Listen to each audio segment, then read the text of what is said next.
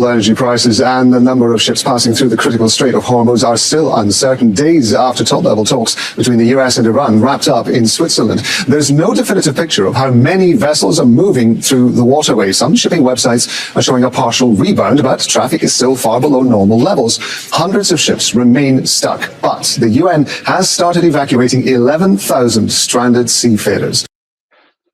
سلام تخطات نايت channel كما تكونوا تبوكت كانوا ناي وتر تمنيتنا بحقناني ولو ممكن وتروا قد سنوانا وانتحستوتات حزنا لكم متسينا لنا سام مدة نايز بدم سنة خصون بخبرنا قدم لايك نا قبركم نفس مدبنا جوين كنت قبر دما نتحساسب لو مارستي مچم MOUs بحالوي كاتر راديو بناف سلام قصهم كابز بقسو اي سومن اي سالستي انتاي اي سومن اي سالستي كنت معت اليوم جرم دلو لا تحتوي اي فلتكون مي بسلسة مع التربات مع التجارة معلو درو ما عدتي مرددا انتاي يوم ترداد يوم كساب زبهالي تبتش حزرلو كل نتبي أي تردادون له and this is also the problem of زوانزي مغنياتو بزحت نتبتات له دونالد ترامب كان بحدش نتو نقرات كت أمازيزي فتنا له استفل عليه حدش حسابات كتأتاتي فتنا له أتياتهم دما سغيلون كهبوز دلي يكونون فالتيمام نتناتو عندنا قبل ويدا اليوم زلو مرأيانا تدمات وشمت حرموس كاب غزينا بغزي ولا كان مراخبي حلفالو وانت تبهله اتم حنقوتات እና በዝሒ ይቀይዳሉ ቁጠባ ናይ ዓለም ድማ ኣብ መንጎ ጅሆተ ተሓይዙ ከም ዘሎ እዩ ዝንገር ዘሎ መጀመርያ let's ነቲ ወሽመጥ ሕርሙዝ ይካየድ ኣሎ ንርአ The rest of us is the Strait of Hormuz. Now, there have been some transits of ships. On Monday, 42 ships passed through the straits, about 20 going inwards, 22 going outwards. Yesterday, Tuesday, 31 ships went through the straits. I think it was 11 coming in, 20 odd going out. دروتي وشمت حرموز كم تقدموا دا يكون بحان زخونه من قصاصات ناي مراقب يراير للو سلازي ألت إسران كلتن إسران حدن سنبتن ديوم تفراريمم إسران كلتن دما سوني زخون زل مالتن سونيو 4 كلتن مراقب كابن نابن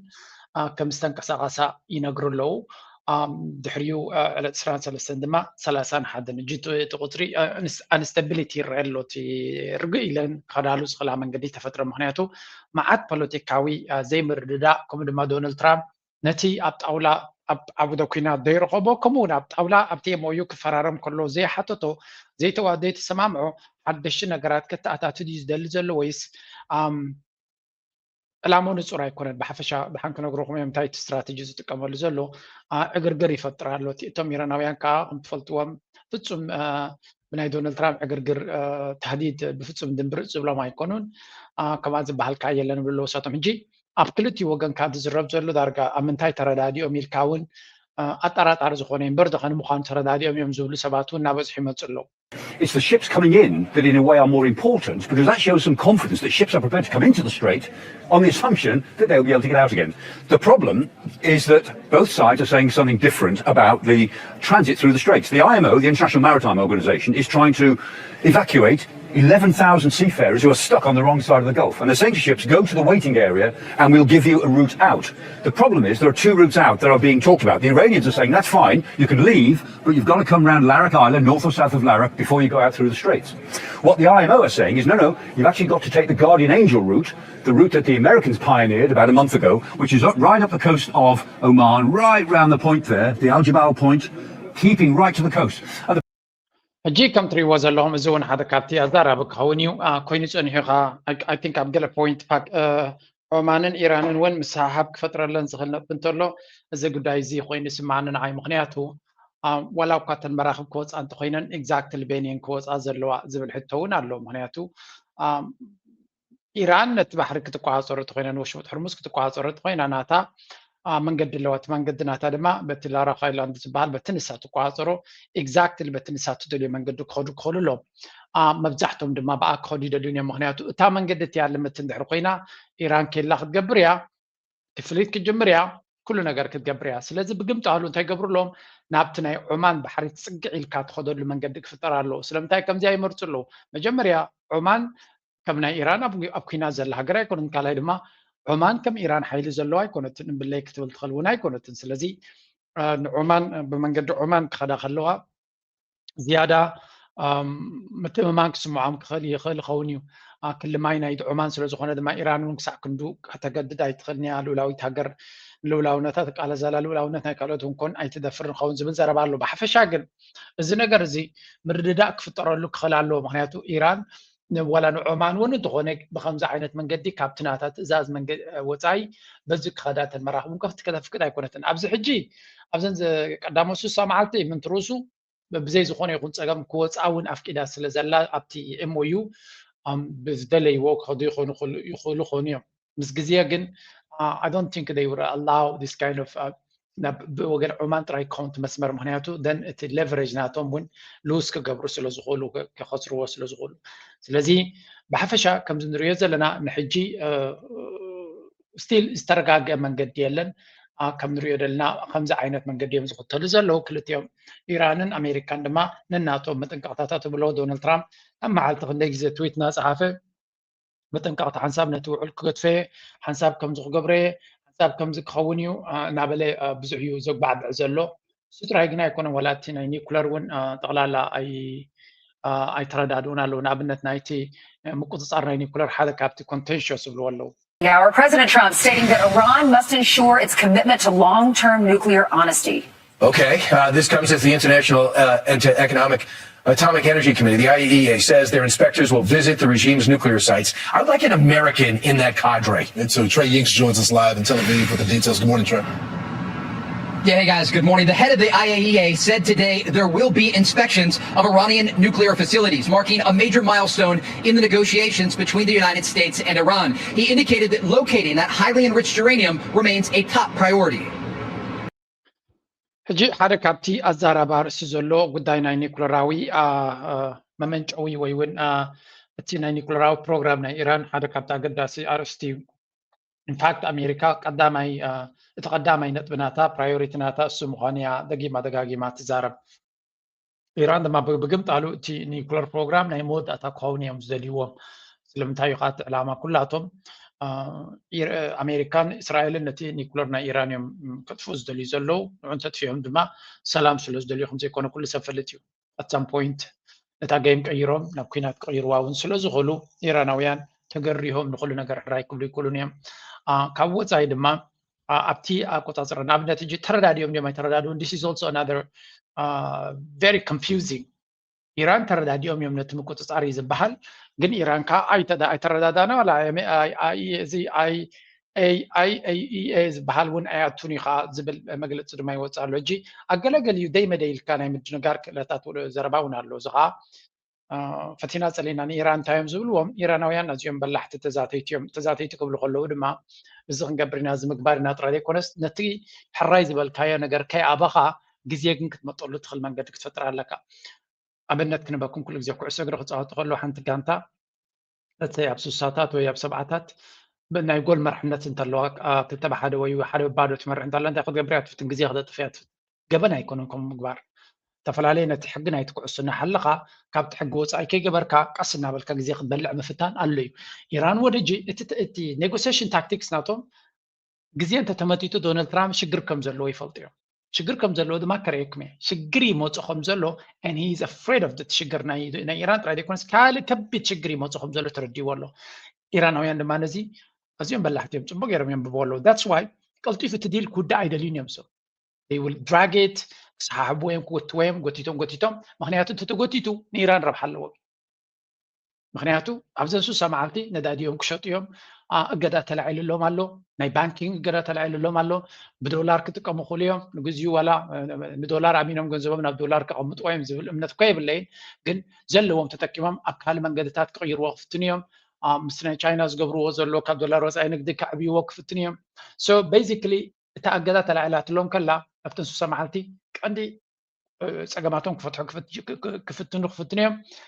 ኤግዛክትሊ ኣብቲ ኩነታት እቲ ድማ ካልእ ርክባት ወላ ሓድሽ ናይ ሴኪሪቲ ኣርኪቴክቸር እውን ዝርርብ ተጀሚሩ ኣሎ ክንሪኦ ኢና እሱ እውን ኣዝዩ ኣገዳሲ እዩ ክኸውን ንቐፅል This has been signed, has been agreed. Paragraph 8 of this Memorandum of Understanding says explicitly that the nuclear activities that are going to be carried out with regards to the nuclear material facilities and will be supervised by the IAEA. in all letters. Well, the timeline. So እንታይ ዝብል ዘሎ እዚ ሓላፍ ናይቲ ተቆፃፃሪ ኣካል ንሕና ክንቋፀሮ ምዃንና ኣብቲ ስምምዕ ብፅቡቅ ገይሮም ኣስፊሮም ኣለዉ ስለዚ ኣብ ዝኾነ ይኹን ግዜ ከይድና ክንቋፀር ኣለና እዮም ዝብሉ ኢንፋክት እዚ ትካል እዚ ንባዕሎም ኢራናውያን ብዙሕ ግዜ እዮም ዝኸስዎ ናፃ ኣካል ኣይኮነን ከም ዝሓውሲ ስለያዊ መርበብ ናይ ኣሜሪካ እዮም ዝብልዎ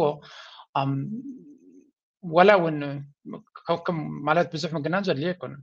ኣብ ልዕሊ ኢራን ዝግበር ገበናት ሸፈፍ ኢሉ ዝሓልፎ እዩ ንኣሜሪካ ዝኹንን ኣይኮነን እስራኤል ዝኹንን ኣይኮነን ብካልእ ግምጣል ድማ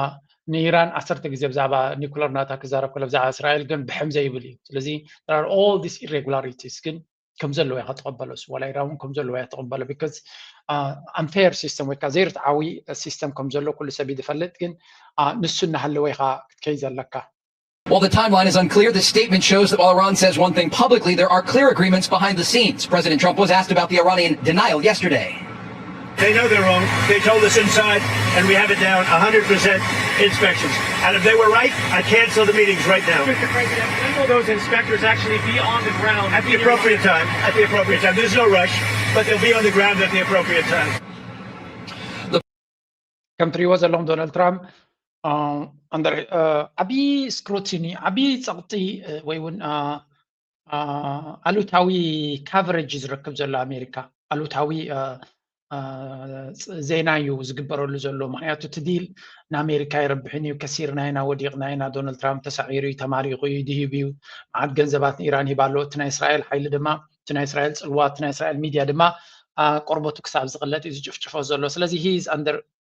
tremendous pressure ከቢድ ዝኾነ ፀቕጢ እዩ ዘለዎ ዶናልድ ትራምፕ ብርግፅ ነዛ ዲል እዚኣ ክውዳኣ ዝደሊ ሰብ ውሕድ ኣይኮነን ምክንያቱ ወተሳዒርካ ኢኻ ህዋ ኣይሰለጠካ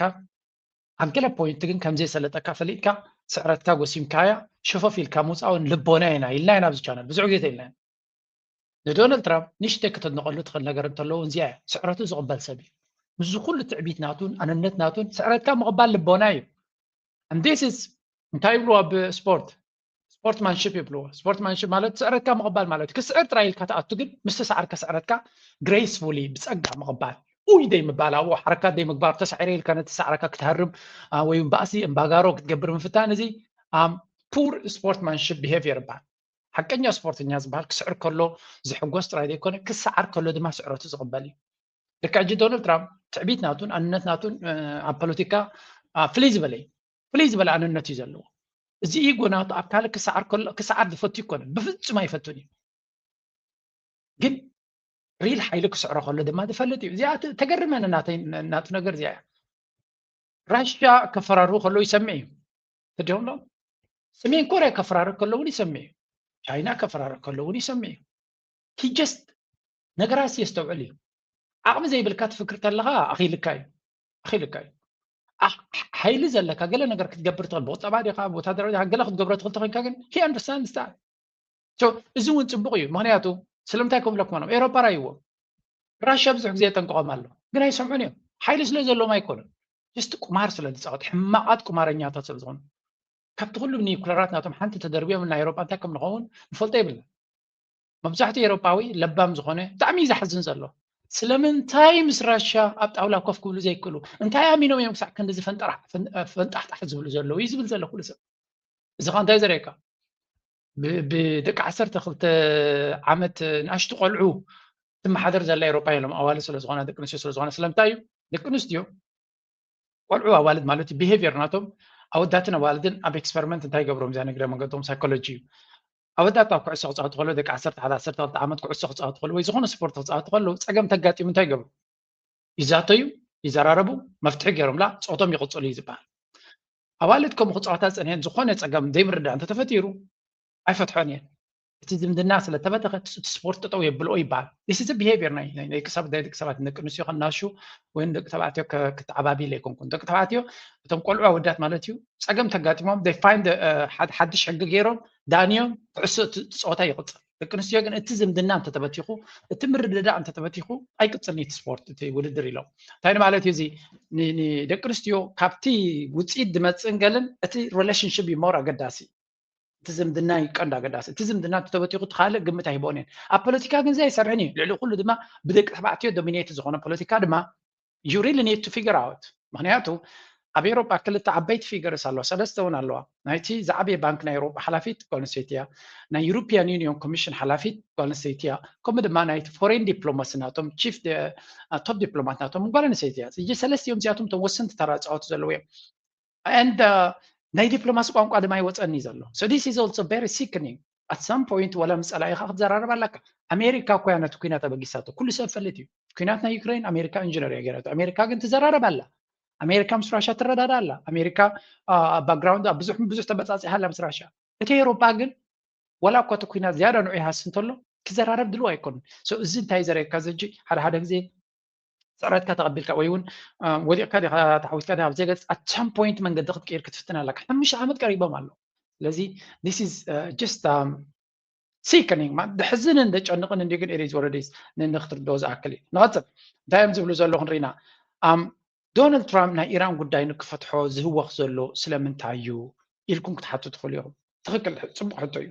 ኣብዚኣ ስምዕዎ ድሓን እንታይ ይመፅኦ ስለ ዘሎ ስለ ዝፈልጥ እዩ Right now, 132 days away from the first midterms of Donald Trump's second term. We're following results in these key primary races across 4 states, not just one, that are going to shape the state of the opposition party, the Democrats, in their first nationwide challenge to President Trump's power in November. The results of tonight's elections in Maryland, in South Carolina, in Utah, and especially in New York are going to have tremendous implications for what happens in November and beyond. It's not just about whether Democrats have the ability to snatch back control of one or both chambers of Congress. It's a referendum on the first 2 years of the president's term, a first chance for real accountability. Do you want to know how high the stakes are?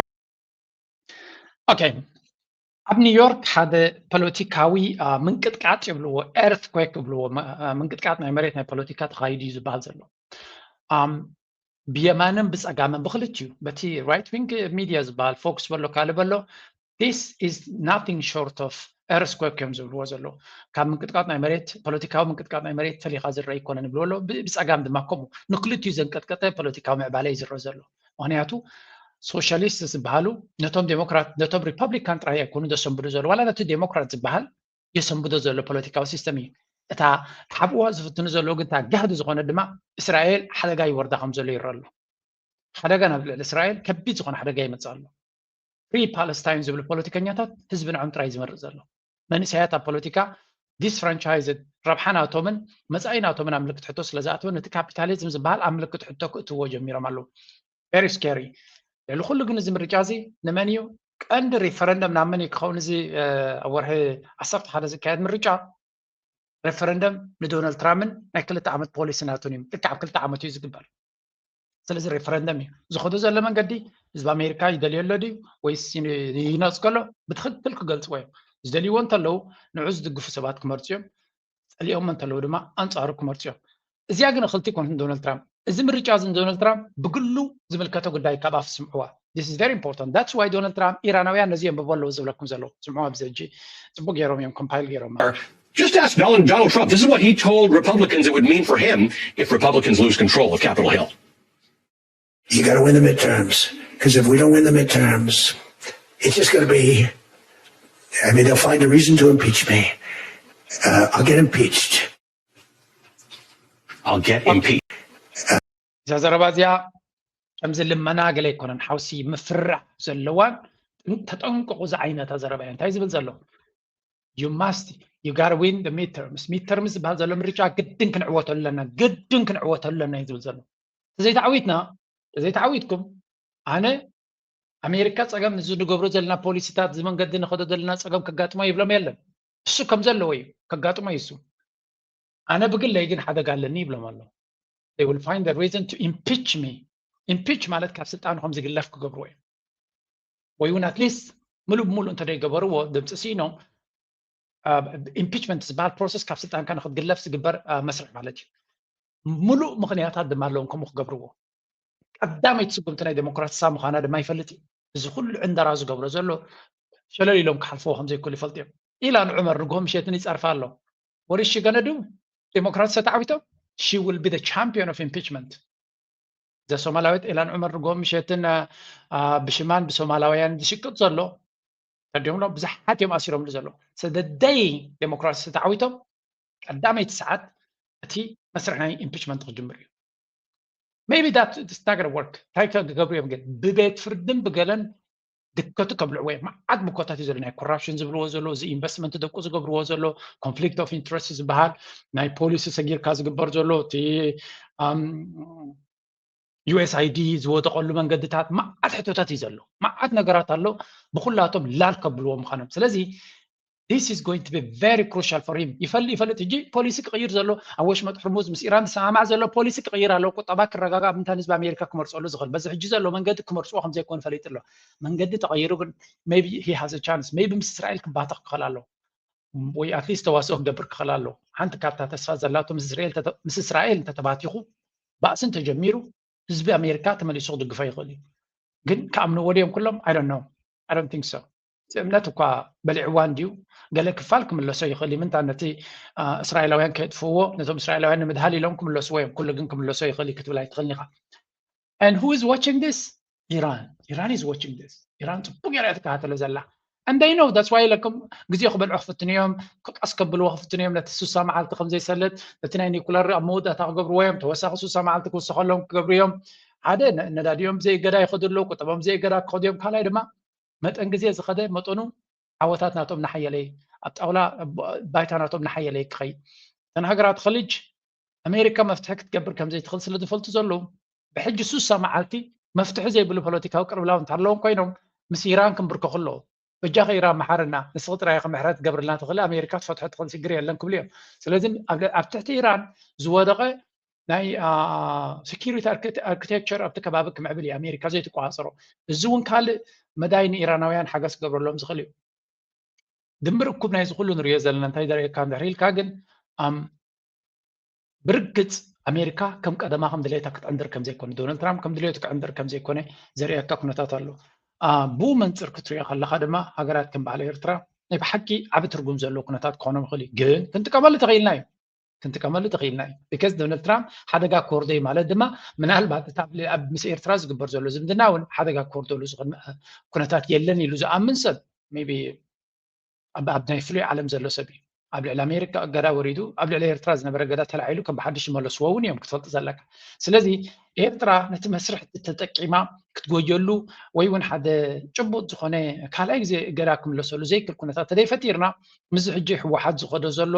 ንሕወሓት ዝገብርዎ ዘሎ ኣብዪ ኣሕመድ ድማ መዓኮር ናይ ኣሜሪካ ናይ ካልኦትን ክልሕስ ለይትን መዓልትን ዝፅዕሮ ዘሎ ንዓና ድማ ብስምፅምዶዶ ከምዝዶ እናበለ ንጉሆም ምሸትን ዘእውዮ ዘሎ ዘየሰክፍ ነገር የለን ዘየሰክፍ ኩነታት ኣይኮነን ጉዳይ ናይ ሱዳን ኣብ ግምት ኢቲኻ ኤርትራ ምስቲ ሰራዊት ሱዳን እያ ትሰርሕ ዘላ እዮም ድብሉ ሰራዊት ሱዳን ድማ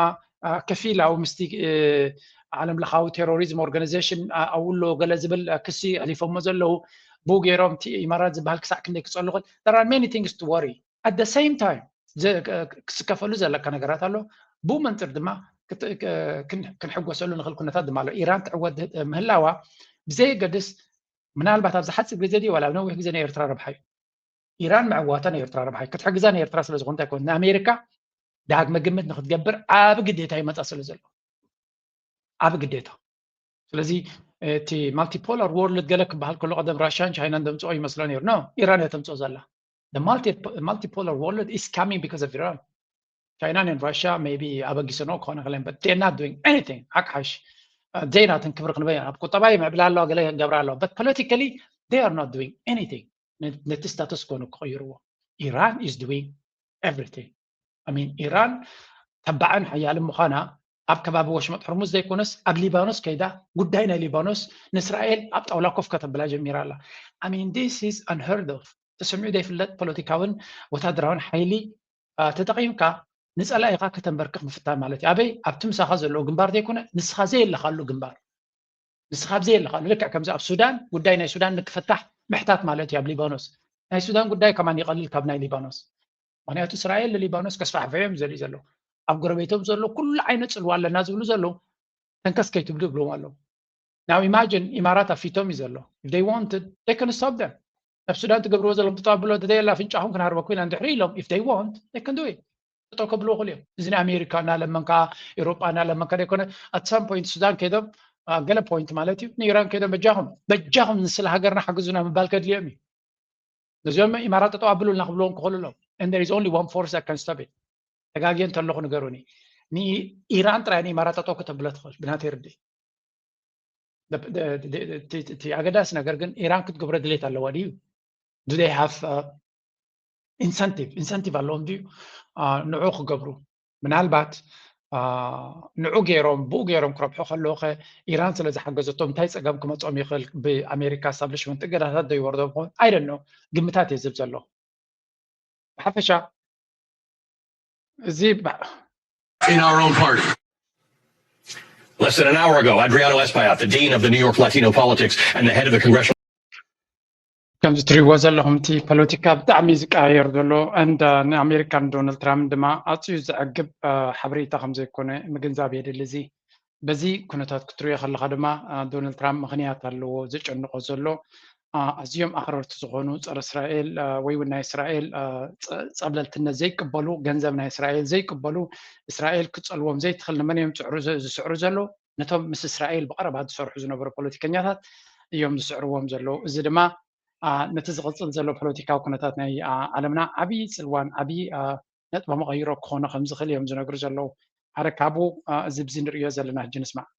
working groups. If we take a step back and sort of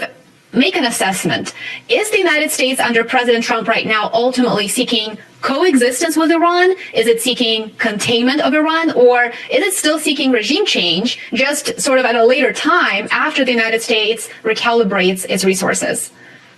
I think that's a great question, and I think, to me, it's very clear. They are now putting their emphasis behind getting to a new deal with Iran, a coexistence. And I think it's not just coexistence. They want peace. They want something historic. They want something legacy worthy. It could have been regime change. It could have been a successful war. It didn't work out that way. So now they're going to try this other thing. I think it's important to understand that Trump, more than anything else, is looking. ሓንቲ ካብቲ ኣገዳሲት ሕቶ ዘላ ኣብዚ እዋን እዚ ኣሜሪካ እንታይ እዮም ዝደልዩ ዘለዎም ሲራን ስርዓት ክቕይሩ ኣደናጊሮም ግዜ ወሲዶም ኣሽኪዖም ምስ ተደላደሉ መሲኦም ስርዓት ክቕይሩ ድዮም ዝደልዩ ዘለዉ በቲ ካልእ ድማ ብኩል ወይስ ምስ ኢራን ዘላቒ መፍትሒ ክገብሩ እሞ ዘላቒ መፍትሒ ገይሮም ድማ ብሓባር ክነብሩሉ ዝኽእሉ ሲስተም ንክፈጥሩ እዮም ዝደልዩ ዘለዉ እንታይ እቲ ታክቲክ ወይ እንታይ እቲ ጌም ፕላን ናይ ኣሜሪካ ኣብዚ እዋን እዚ ናይ ዶናልድ ትራምፕ ንዝብል ሕቶ ክምልስ ከሎ ትዊተር ፓርሲ ኩሉ ፈቲኖም እዮም በቲ መጀመርያ ብሬጂም ቼንጅ ጀሚሮም እዮም ፈቲኖም እዮም ዝከኣሎም ገይሮም እዮም ከዳኽምዎ ከቐትልዎ ከኣልይዎ ነቲ ስርዓት ኩሉ ፈቲኖም እዮም ከምቲ ዝደለይዋ ኣይከደሎምን ስለዚ ኣብ መወዳእታ ተሪፋቶም ዘላ ካርዳ ሓንቲ እንታይ ኢራን ትሰዓር ትኽእል ሃገር ስለዘይኮነት ምስ ኢራን ዘላቒ መፍትሒ ክንገብር ኣለና እቲ ዘላቒ መፍትሒ ንምግባር ድማ ኩሎም ቶም ዕንቅፋት ክኾኑ ዝኽእሉ ጠጠው ከነብር ክንክእል ኣለና ዝመስል ዘረባ እዩ እዚ ከዓ ንቀፃልነት ዘለዎ ሌጋሲ ናይ እዚ ዶናልድ ትራምፕን ምሕደራናቱ እውን ዝመስል እዩ ዝብል ዘሎ ናው ዘልር ቤት ኣመና ኣወንታዊ ኣተሓሳስባ ይመስል እዚ ዶናልድ ትራምፕ ዝንፈልጦ ዘለና ናይ ዘበናት መፍትሒ ንኸምፅእ ይፅዕር ኣሎ ኢልካ ክትዛረብ ቁሩብ ክብድ በለን ድዩ ምክንያቱ ኣብ ውሽጢ መዓልቲ ክንደይ ዓይነት ዘረባ ዝዛረብ ሰብ ንዘበናት ክቕፅል ነገር ክገብር ይኽእል እዩ ፈትዩ ክገብር ክእል ክትብል ኣይትኽእል ኢኻ ግን ኣማራፂታት ስለ ዘይብሉ ምናልባት እቲ ክገብሮ ዝኽእል መፍትሒ ካብኡ ዝብገስ ክኸውን ከም ዝኽእል ግምታት ኣሎ በዚ ኮይኑ በቲ ግን ዘላቒ መፍትሒ ንክገብር ተገዲዱ ከም ዘሎን እቲ ወሲድዎ ዘሎ ምርጫታት ድማ ንዑ ከተግብሮ ዝኽእሉ ኣማራፂታት ምዃኖም እዮም ዝነግሩ ዘለዉ መርኣያ ናቱ ናይ ዝንሪኦ ዘለና ድማ እዚ ምስ እስራኤል ዝግበር ዘሎ ምስሓሓብ ብክልቲኡ ወገን በቲ መንግስቲ ኣሜሪካ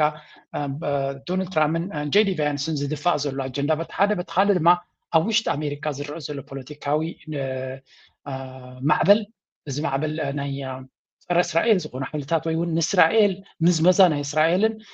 ፀብለልትነት ናይ እስራኤል ኣብ ኣሜሪካ ንኸብቅዕ ዝግበር ዘሎ ምንቅስቃሳት ንዕኡ ካፒታላይዝ ገይሩ ንዑ ረቢሑ ንዑ ተጠቂሙ ናቱ ፖሊሲ ኣተኣታትዩ ምስ ኢራን መፍትሒ ገይሩ ክቕፅል ተኽኢሉ ክረብሓሉ ይኽእል ግን maybe ካባና ንላዕሊ ዝፈልጥ ዓብዪ ኤክስፐርት ናይቲ ጉዳይ እውን ስለ ዝኾነ maybe he's reading something ገለ ንሕና ዘይንፈልጦ ዘይበፃሕናዮ ነገር ክብል ዝብል ዘሎ ክኸውን ይኽእል እዩ For legacy, the content of the legacy is secondary. It just has to be big. It could have been, as I mentioned, regime change, but since that failed, he's now shifting over to try to make a big deal. Now, one can always ask, but will they really see this through? Right now, I think they're very committed, but Trump is notoriously path non-dependent. So he doesn't care about previous presidents and their policies. To be able to say something to him, such as, well, this is the way we've always done it, is a very bad and poor argument. He's not even path dependent on his own previous decisions, as we have seen. So yes, circumstances can change, and he can completely change course again and suddenly move in the direction of perhaps even regime change if he sees that opportunity and he thinks it's better than the path that he's currently on. But right now, I think they're fully committed to this path, and they will be fully committed as long as they see that it has a chance of success. If the talks go badly, if the Iranians are not willing to make a big deal, but something that is much smaller, that is not legacy worthy, then I can see him rethinking this, because he's already starting to take on the Israelis. And that's only something you do if you have something big and worthy and valuable to it. ከም ዝብሎ ዘሎ ፅቡቅ ዝኾነ ትርኢቶ እዩ ዝህብ ዘሎ ዶናልድ ትራምፕ ዓብ ነገር እንተኮይኑ ክቕበሎ ይኽእል እዩ ሓደ ዓብዪ ሌጋሲ ክኸውን ዝኽእል ነባሪ መፍትሒ ክኸውን ዝኽእል ሓደ ንምሉእ ዞባ ክፀሉ ዝኽእል ኣርኪቴክቸር ወይ እውን ስምምዕ ክብፃሕ እንድሕር ክኢሉ ዶናልድ ትራምፕ ክቕበሎ ይኽእል እዩ ምክንያቱ ብሽሙ እናተረቑሐ ንዘበናት ክቕፅል ዝኽእል ስለዝኾነ ከምኡታት ይፈትዩ ኣሪጉ ስለ ዘሎ ነዊሕ ዕድመ ከም ዘይብሉ ይፈልጥ እዩ ዳትስ ዋይ ዶናልድ ትራምፕ ዝብል ሽም ኣብቲ ቤት ፅሕፈታት ናይ ኣሜሪካ ኣብ ገሊኡ ሰሚሩ ክገድፎ ዝደሊ ዘሎ ዶናልድ ትራምፕ ብኢጎናቱ ዝተፀለለ ሰብ እዩ ሆቴላት ናቱ ብምሉእ ትራምፕ ዝብል ብዓብዪ ብብጫ ዝተፃሕፈ ዘለዎ እዩ ስለዚ ሽሙ ኣብ ኩሉ ኣንጎሎ ተጠቂዑ ንሓዋሩ ክነብር ዝደሊ ሰብ እዩ እዚ ኣብርሃም ኣኮርድ ሳነ ገይረየ ክብል ከሎ ሕጂ ከምኡ ዝመስል ካል ነገር ክረክብ ተኽኢሉ ንእስራኤላውያን ወኒፁ ጎናኒፁ ናብኡ ክእትዎም ይኽእል እዩ ነዚ ዝኸውን ዓብ ነገር ክረክብ ተዘይክእል ካብዚ ዲል ግን ኣብ ዝኾነ ይኹን ነጥቢ ንድሕሪት ተመሊሱ ሓድሽ ኩናት ክጅምር ረጅም ቸንጅ ክፍትን ኩሉ ነገር ንክገብር ብፍጹም ዘይፀግሞ ብፍጹም ስክፍታ ዘይብሉ ቀደም ተሰማምዐ ቃል ሂቤ ክብል ዝኽእል መራሒ ዘይኮነ ዕድል ተረኺቡ ኣፍ ደገ እንተተኸፊትሉ ኣብ ውግእ ተመሊሱ ድዩ ካልእ መስርሕ ክፍትን ኩሉ ግዜ ዝኽእል ወላ ሎሚ መብፃዕቲካ ፅባሕ ክቐይራ ዝኽእል ስኽፍ ዘይብሎ መራሒ ምዃኑ ድማ ምግንዛብ የድሊ ይብል ኣሎ ስለዚ ኢራናውያን ነቲ ዝደልይዎ ዘለዉ ብሓይሎምን ብጥበቦምን እዮም ክበፅሕዎ ዝኽእሉ እምበር ምልክት ናይ ተኻምነት ተርእዮም ኣብ ዝኾነ ብኮን ተከፊቶም ዶናልድ ትራምፕ ንብሙሉእ ካንስል ገይሩ ሃንደበታዊ መጥቃዕቲ ኣብ ልዕሊኦም ክገብር ዝኽእልን ካልእ ስጉምቲ ክወስድ ድሕር ዘይብል ሰብ ምዃኑ እውን ምግንዛብ የድሊ ዝብል ዘሎ ትክክል ኣገላልፃ እዩ ነቲ ኩነተ ኣእምሮን ኩነተ ፖሊሲ ናይ ዶናልድ ትራምፕን ብቐረባ ዝፈልጥን ዝከታተልን ሰብ ንጉዳይ ናይ ኢራን ድማ ን20-30 ዓመታት ዝተኸታተሎ እዩ ሓደ ካብ ብዙሕ ዘረባታት ናይዚ ኤክስፐርት እዚ ትርድኦ እንታይ እዩ እስራኤል ካብ ፀወታ እንተተወዲኣ እስራኤል ካብዚ ፀወታ እዚ ናይ ኢራንን ናይ ገለን ተውፅኦም ኣሜሪካን ኢራንን መፍትሒ ክረኽቡ እዮም ሽግር ክፍታሕ ዝኽእል ይበሃላ እዩ ምክንያቱ እቲ ዝዓበየ ፀገም ኣብዚ ጉዳይ እዚ ናይ እስራኤል ፅልዋ እዩ እስራኤል እዮም ነቲ ነገር ከበላሽው ዝደልዩ ዘሎ እምበር ኣሜሪካ ምስ ኢራን ክትሰማማዕ ፀገም ዘለዋ ኣይኮነትን እዩ ኣሜሪካን ረብሓ ኣሜሪካ ጠሚታ እንድሕር ከይዳ ኢራን እንቅፋት ክትኮኖም ኣይትኽእልን ኢሉ ኢራናውያን ድማ ንኣሜሪካ ከውድቑ ኢሎም ዝገብርዎ መንገዲ እውን ዓቕሙን የብሎምን ድሌቱን የብሎምን ንሳቶም ኢራን ካልእ ግዜ ኣብ ኩናት ከይተኣቱን ሓደጋ ከይወርዳን ይተቐንዲ ፍርናቶም እምበር ኣሜሪካ ክትወድቕ ድያ ክትሰዓር ዘገድሶም ኣይኮኑ ዋላ ኣሜሪካ ካብዚ ትርሓቅ ክብሉ ከለዉ ናይ ኣሜሪካ ውጥቀ ስለ ዝደልዩ ገለገለ ጥራይ ዘይኮነስ ኣሜሪካ ተመሊሳ ከም ብሓድሽ ውጊ ከይትገብረሎም ይፍርናቶ ከም ብሓድሽ ሕጂ እውን መበል ሳልሳይ ራብዓ ግዜ ካልእ ዓይነት ኩናት ሒዛትሎም ከይትመፅእ መፍትሒ እዮም ዝደልዩ ዘለዉ ኩሉ እቲ 14 ነጥብታት ርኢኻዮ ኣሜሪካ ዳግማይ ናብ ኩናት ከይትመልሶም ዝግበር ዘሎ ፈተና እዩ ከመይ ጌርና ነዚ ብሕጂ ክመፅእ ዝኽእል ዕንደራ ጥጠው ነብሎ እዮም ዝብሉ ዘለዉ ስለዚ ኣሜሪካ ዝኣክል ገራንቲ እንድሕር ሂባቶም ኢራናውያን እገዳ ተላዒሉሎም ዋላ ነቲ ኒኩለር እውን ክገድፍዎ ዝኽእሉ ምዃኖም ፍሉጥ እዩ ንሶም ዘገድሶም ዘሎ ብሰላም ሃገሮም ክማዕብሉ ውግን ወረ ውግን ከም ብሓድሽ ክመፅኦም ኣይደልዩን እዮም እስራኤል ዝበሃል ፅልዋ ክሳብ ዘለዎ ድማ ክፀገም ክተርፍ ከም ዘይኮነ ይፈልጡ እዮም እስራኤል ዝበሃል ኣፀቢቑ ዝቆሰለ እንስሳ ከም ዝኾነ ተሃሪሙ ዘሎ ግን ዘይተዓወተ ወይ ዘይሞተ እንስሳ ስለ ዝኾነ ኣብ ዝኾነ ይኹን ዕድል ተረኺቡ ኩናት ክገብር ዝኽእል ምዃኑ ፈሊጦም ኣለዉ ስለዚ ዶናልድ ትራምፕ ክወፅእ ይደልሎ እስራኤል ክሸምዎ ይደልሉ ኢራን ድማ ብዝደለኻዮ መንገዲ መፍትሒ ኣብ ኢድና እዩ ዘሎ ተተዛሪብካ ክነዘራረበካ ኢና ኩናት ተመሪፅካ ድማ ክንጭፍጭፈካ ኢና እናበሉ እዮም በዚኣ መንገዲ እዚኣ ጥራዮም ድማ ድሌቶም ክረኽቡ ዝኽእሉ ናይ ብሓቂ ዘገርም እዩ ንቐፅል እቶም ናይ ዶናልድ ትራምፕ ጭፍራ እንታይ ይብሉ ኣለዉ Confident as negotiations continue with Iran on a final agreement to end the war. However, disagreements are popping in the new talks around Iran's commitments in the Strait of Hormuz. General Jack Keane. He has got to make certain that we are in control of those inspections anytime, anywhere. The president needs his team on the ground with them, accomplishing his objectives with the complete bias that brings to the table. This is the number one objective he's trying to achieve, and I think we got to have our boots on the ground, our experts on the ground, making sure they're being achieved. And if they have any doubts about it, dial the president back and talk to him about it. They should be working for him. Chief Foreign Correspondent Trey. ሕጂ እንታይ እዮም ዝብሉ ዘለዉ ብዙሕ ምትምማን ከም ዘየለ ኣብቲ ዝግበር ዘሎ ኣካይዳ ኢራን ኣሜሪካ ድማ ኩሉ ዓይነት ተቆፃፀርቲ ኣካላት ጌራ ነቲ ኣካይዳ ናይ ኣሜሪካ ክትቆፃፀሩ ከም ዘለዋን ኩሉ ዝከኣላ ክትገብር ከም ዘለዋን እዮም ዝዛረቡ ዘለዉ እቶም ዘይመኑ ንሶም ምዃኖም ክገልፁ ይፍትኑ ኩሉ ግዜ ብግምጣል እዮም ዝዛረቡ እዚኣ ፅቡቅ ጌርኩም ኣስተውዕሉላ ኣብዚ ጉዳይ ናይ ኢራን ዝተምሃርናዮ እንተለና ሚድያ ናይ ኣሜሪካን ኤክስፐርትስ ናይ ኣሜሪካ ክሰምዕ ከለካ ኢራን ወሪራ ዝመፀቶም እዮም ዝመስሉ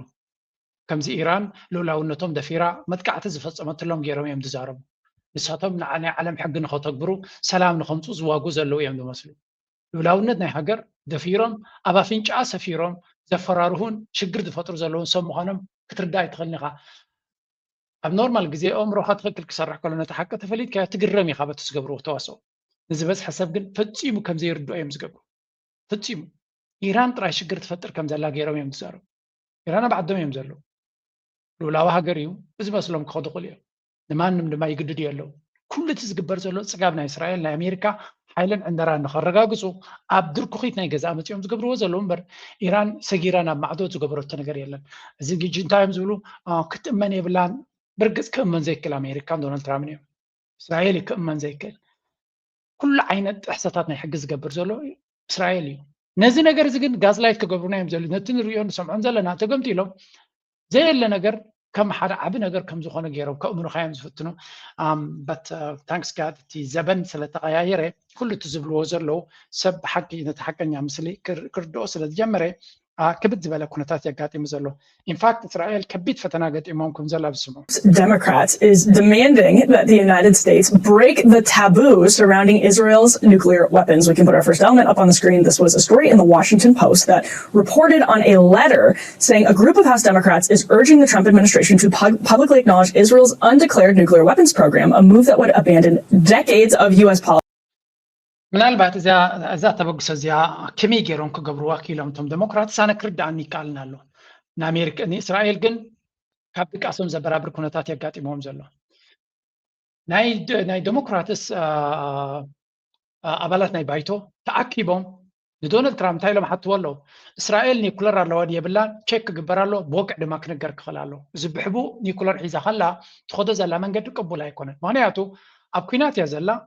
እንታይ ቀይሕ መስመር ናታ ማዓስ ክትጥቀመሉ ትኽእል ዶክትሪን ናታ ክትነግር ክትክእል ኣለዋ የብላን እንተለዋ ድማ ናታ ዶክትሪን ኣብ ከመይ ኩነታት እንታይ ቀይሕ መስመር ናታ ማዓስ ክትጥቀመሉ ክነገር ክኽእል ኣሎ ኢሎም ኣለዉ እታ ዘረባ ግን ኪኖዋ ዝኸደት እያ እዛ ዘረባ እዚኣ ዶናልድ ትራምፕ ወይ እውን ኣሜሪካ ንእስራኤል ብወቅዕ ተሓቲቶሞም እሞ እስራኤል ድማ ከም ዘለዎም ተተኣሚኖም ሓንቲ ሕግላ ወይ እውን እምብን ድሕሎም ብፍላይ ሕራይ ድሕሪ ኢሎምን እምብን ድሕሪ ኢሎምን ክልቲኡ ፀገም ኣለዎ ምክንያቱ ኣሜሪካ እስራኤል ኒኩለር ኣለዋ የብላን ስቑኢላ ርጊፃቱ ትኸይድ ዘላ ኣፅዋር ክትሕግዛ ስለ ዝሕግዛ እዩ እንድሕሪ እስራኤል ካብቲ ስምምዕ ናይ እንታሽሙ ወፃኢ ኒኩለራዊ ኣፅዋር ሒዛ ኣላ ኮይና ኣሜሪካ ብሕጊ ዝኾነ ይኹን ኣፅዋር ክሸጠላ ወይ ክትሕግዛ ንእስራኤል ኣይክፍቀደላኒ ባዕላ ዘውፅኦቶ ሕጊ ማለት እዩ እዚ ስለ ዝኾነ እቲ ኩነታት ድማ እዛ ጉዳይ እዚኣ እታ ዝኸበደት እያ ንነተንያሁን ንእስራኤልን ዛትስ ዋይ ድማ እስራኤላውያን ካብ ቁፅፅሮም ወፃኢ ዝኾነ ወይ ካብ ቁፅፅሮም ወፃኢ ክኾን ብላይ ንኽእልና ግን ክግምትዎ ዘይክእሉ ቀደም ከጋጥሞም ዘይክእል ዝነበረ ከቢድ ዝኾነ ማዕበል ዘጋጥሞም ዘሎ እዚ እውን እቲ ብፍላይ ኣብቲ ዴሞክራትስ ዝበሃል ከባቢ 90% ደጋፊ ናይቲ ዴሞክራትስ ዝበሃል ምስ እስራኤል ዘሎ ዝምድና ክብተኽ እዮም ዝደልዩ ዘለዉ እቶም ኣባላት ባይቶ ድማ ካብ ኩርሶም ተገድሶም ተኮይና እቲ ህዝቢ ደልዮ የለን ነቲ ምስ እስራኤል ዘሎ ኩላቶም ድማ ኣብ ጅባ እስራኤል ዘለዉ እዮም ተማው ዘለዉ ሕጂ ከምስሉ ኣለዎም ካብ ልቦም ዝገብርዎ ነገር ከም ዘይኮነ ርግፀኛ እየ ከምስሉ ኣለዎም ኣንጻር እስራኤል ደው ዝበሉ ምዃኖምን ገለ ስጉምትታት ይወስዱ ከም ዘለዎም ከምስሉ ኣለዎም እንተዘየለ they have no chance to survive this ዝኾነ ይኹን ኣማራፂ ክህልዎም ኣይኮነን ነዚ ኩነታት እዚ ሰርቫይቭ ክገብርዎ ልክዕ ከምዚ ኣብ ዝሓለፈ ዝተገበረ ምርጫ ሪፈረንደም ክትብሎ ትኽእል ኢኻ ኣርዮኩም ነይረ it was one of the እቲ ጉዳይ እንታይ ምዃኑ ጀኖሳይድ ተኣምን ዘይተኣምንን እዩ ኮይኑ ዘሎ And so you just referenced the question, do you believe Israel's committed genocide on the Palestinian people since the October 7th attacks? You're a yes. Yes. Do you believe that it was genocide? It's a horrific situation in Gaza. ትሪእዎ ኣለኹም እዚኦም ክልቲኦም ተወዳደርቲ እዮም ነይሮም። እቲ ብፀጋም ዘሎ ሰብኣይ ናይ ዓመታት ኣባል ናይ ኮንግረስ ዓብዪ ፅልዋ ዝነበሩ ኣብቲ ፖለቲካ እዩ ነይሩ። እታ ከዓ ንእሽተይ ጓል ካብ ኮሎምቢያ ዩኒቨርሲቲ ዝመፀት እያ ነይራ። ሕቶ ቅልል ዝበለት እያ። እስራኤል ኣብ ጋዛ ጀኖሳይድ ፈፂማ ኢልክ ተኣምኑ ዶ ኢልዋ? እወ ሓፃር መልሲ እወ ንዑ ምስ ሓተትዎ ድማ ገበን ተፈፂሙ ኣብ ጋዛ ሰብ መይቲ ብላብላ ምስ በለ ጌራውት ኣብቲ ምርጫ ቀይሕ ካርዲ ሂብዎ ህዝቢ ኣሜሪካ። እዚ ድማ እዚ ቀይሕ ካርዲ ምውሳዱ ጥራይ ኣይኮነ ዘገርም ዘሎ እቲ ዘገርም ዘሎ መዓት ገንዘብ ነይሩ መዓት ደገፊ ነይሩዎ። እቲ ዘገርም ዘሎ እዚ ዝመስል ስታብሊሽድ ፖለቲሻን ብቐሊሉ ብሓንቲ ተመክሮ ዘይብላ ክግለፍ ተኽኢሉ ኣብቲ ኮንግረስ ናይ ኣሜሪካ ሴፍ ዝበሃል ሰብ የለን ማለት እዩ ትርጉም መልእኽቲ ናቱ። ዳትስ ዋይ ድማ they are scared to death ፖለቲካዊ ስልጣናቶም እስራኤል ድማ ብገንዘቦም ገይሮም ሓባቢሎም ዝቋፅርዎ ዝነበረ ጌም ተወዲቖም ዘሎ መዓት ገንዘብ እዮም ሂቦም ነይሮም። ነዚ it didn't work ሚዲያ ካቨሬጅ ይብሎ ሰፖርት ረኺቡ እዩ እቶም ስታብሊሽድ ኮንግረስ ሚዲያታት ኩሎም ይሕግዝዎ ነይሮም እዮም። ነቲ ድማ ከፀልምዋን ከሰይጥንዋን ፀረ ዴሞክራሲ ሶሻሊስት ናይ ኣሜሪካ ከተፍርስ እያ ዶ ገሉ እናተባሃለ ኣይሰለጠን። ስለዚ ከም ንሪኦ ዘለና እቲ መዐቀኒ ናይ ሓደ ሰብ ሞራል ኣለዎ የብሉን ኣብ ቀዛ ንዝተፈፀመ ኩነታት ይቕበሉ ዳይቅበሎም ብኡ እዮም ዝዕቅንዎ ዘለዉ። ሓቆም ድማ ኣብ ቅድሚ ዓይንኻ ዝረኣኻዮ ጥፍኣት ዲያይ ጥፍኣትን ኢልካዮ ኣይኮነን ንዝብለካ ሰብ ኣብ ካልእ ከመይ ጌርካ ክትኣምኖ ትኽእል? ብሞት ናይ 80,000 ህዝቢ ክእመን ዘይክእል ነቲ ዝገበረ ድማ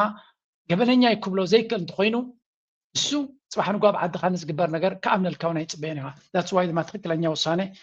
በዛ ነጥቢ እዚኣ ሓንቲ ካብተን ቫይራል ቪድዮታት ናቱ እያ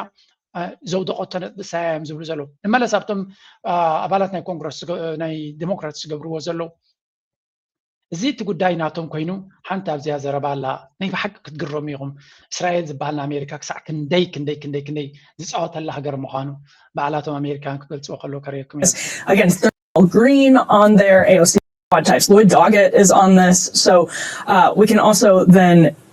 Ryan, take a little trip down memory lane to Jonathan Pollard years ago. That's a familiar name, but set us up, Ryan, because you had us pull this clip to kind of understand the significance of what's really happening here. Yeah, so Jonathan Pollard, one of maybe the most infamous Israeli spy who helped build Israel's nuclear program by stealing American nuclear secrets and sending them to Israel. As we reported a while ago, and this has been in books and other stuff, when Netanyahu came to the U.S. in the 90s, he mentioned to President Clinton that Israel had tapes of him in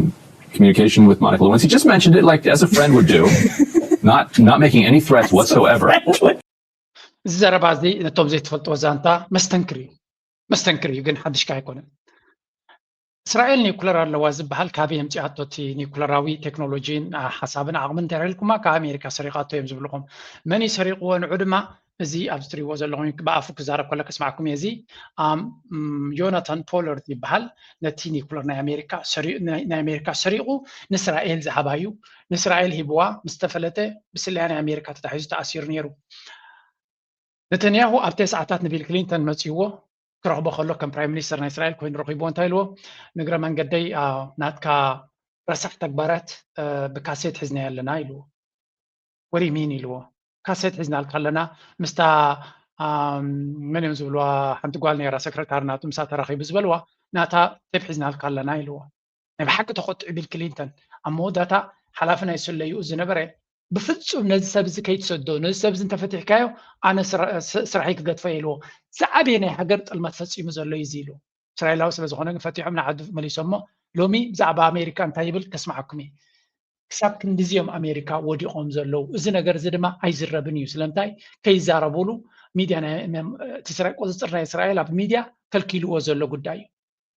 ናይ ሃገር እቲ ዝዓበየ ምስጢር ናይ ኒውክለር ሰሪቑ ንእስራኤል ዝሃባ ጥራይ ኣይኮነ ብሂወቱ ከም ድሌቱ ዝነብር ዘሎ ሕጂ እውን ፕራይም ሚኒስተር ኣብ እስራኤል ክኸውን ዝደሊ ዘሎ እዩ። ክሳብ ክንዲዚ እቲ ነገር ዝደለዩ ክገብሩ ክእሉ እዮም ኣሜሪካ ኩሉ ነገር እዮም ዝግበር ብእስራኤል ብሕም ክብሉ ይክእሉ እዮም ኣሜሪካ።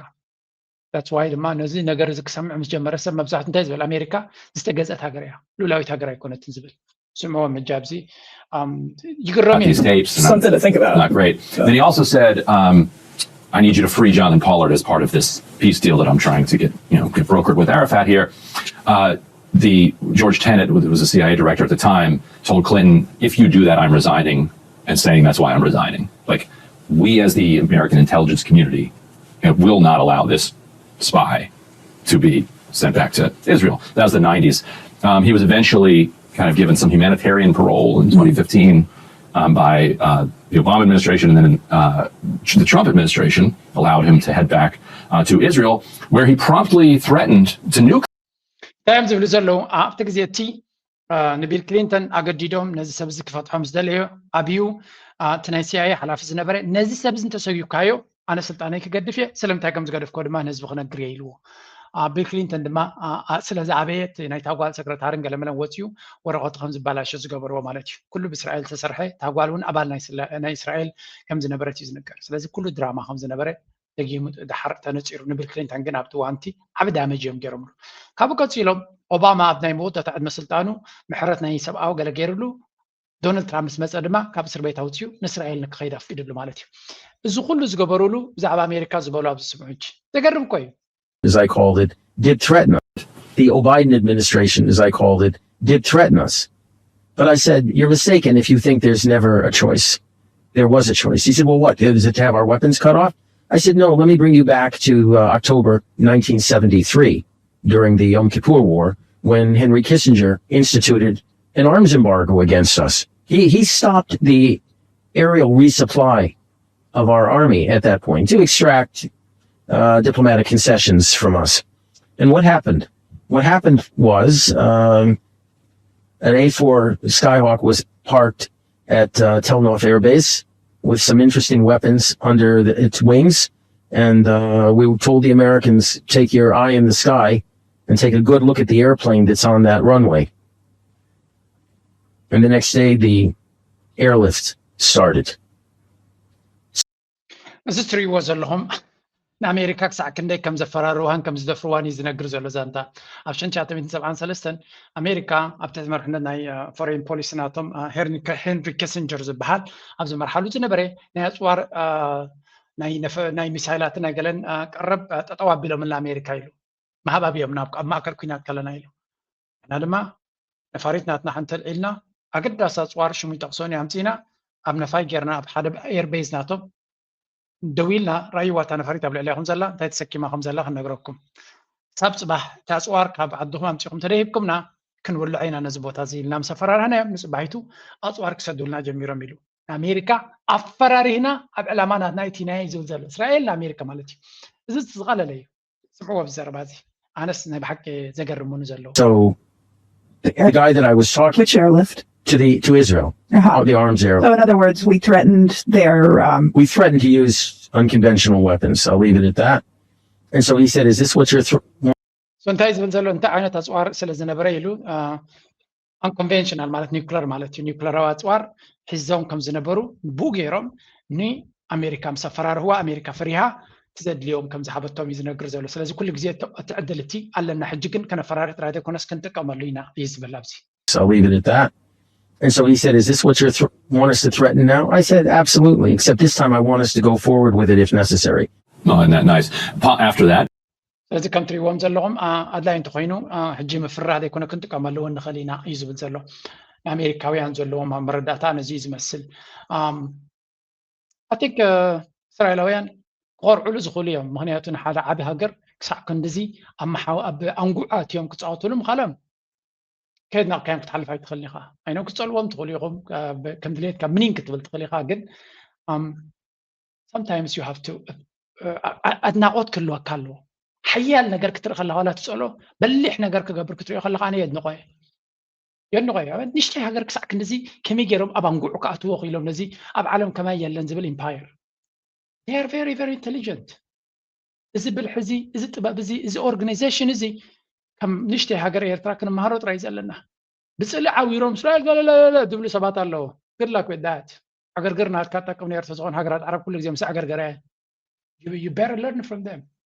if you want to be powerful كاب إسرائيل كت مهارة لك أب كتبا أب organize أب ودابي أب أسرارها أب أسلالفا كاب إسرائيل كم مهار خلال لوسب ما بزعتوا ولا بامات كم ينزلوا كم إسرائيل عند بلح كايدا زل لوسب يلا نتوحد زبو ساميركز ولا درا يكونن ገንዘቡ አዋህሊሉ ኮኦርዲኔትድ ገይሩ ንኹሉ ጨባቢቱ ከመይ ገይሮም ኩላቶም አይሁዳውያን ጥራ ቢሊዮነራት ኾኑ ምክንያት ስለ ተሓጋገዙ ይተሓጋገዙ እዮም ጋዜጠኛን ዘሎ ላዕሊ የምፅዎ ኣብ ኣካዳሚ ዘሎ ላዕሊ የምፅዎ ኣብ ቢዝነስ ዘሎ ላዕሊ የምፅዎ يحجزوا بجانزبن قالن كم من ده رخين كده ما عالم تقوى عصران إيش يقدر كلا كابو تمهارية كلا كازدلي بحق زجرمي كل جزء يعني زجن فلا كان جرى لهم قد كتب مهارة اللي تدخل كله عبد مرتز لهم كلا تيزي معنا إسرائيل نيق هاي لزق زي صبغ يسمع حسب كل غلي whatever زياتهم حيالاتهم فتيخات سليقة أنا سلزب الكون ويزود كلهم يعني حيالاتهم they are very powerful جات رح خاطر أدخل يعني لو ما عرفت أبزغنوا دينا لايك جبروا ريتوا من حسابكم قدفوا thank you